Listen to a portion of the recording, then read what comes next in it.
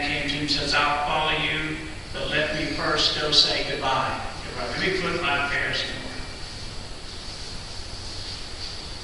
Christ makes a really pointed statement, a hard one to hear. No one having put his hand to the plow and looking back is fit for the kingdom of God. How many of you have ever actually plowed with a horse and a single plow? I mean with a tractor, because it's a little different. What happens if you turn around and look behind you? One way or another, you're not going to have a straight road. It's going to go off. That's what Christ is talking about. He's not actually talking about plowing. He's talking about our lives. How many of us waste so much time looking back? What might have been? What could have been? What should have been? Could have, would have, should have. Or else we stop and we look around and say, well, it's always been that way. Folks, that's just a looking back too. I don't care what things have been. What we need to worry about is what things are and what they're going to be. And what determines that is us and how we live each day. Because Christ makes it pointedly, folks. He said, nobody that lives their life doing that is worth, is fit for the kingdom of heaven. You're not going to be there, in other words. If you waste your time worrying about yesterday, you don't have tomorrow. It's that simple. Not in God's kingdom. And that's a hard thing to hear.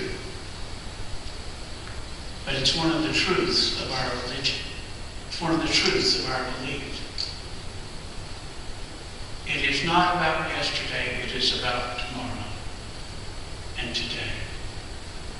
Christ, very put it, he says, today's problems are sufficient for themselves. Don't worry about yesterday. You can't change what was, and don't try to plan so far ahead that you can't deal with today.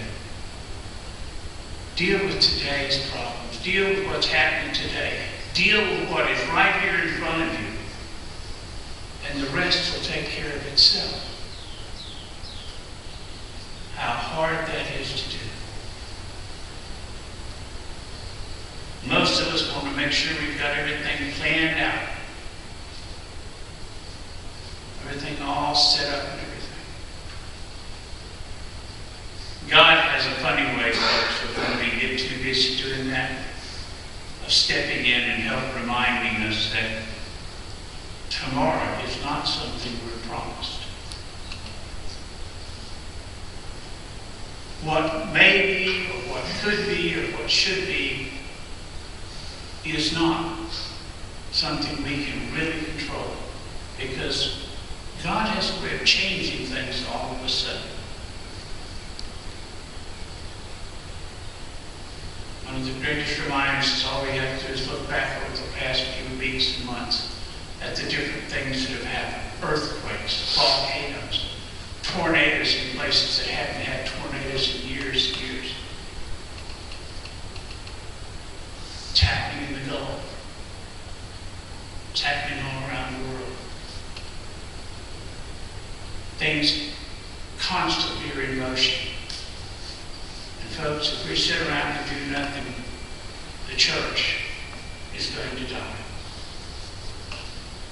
You can't sit back and expect somebody else to do it. Because when you wait for somebody else to do it, it ends up with nobody doing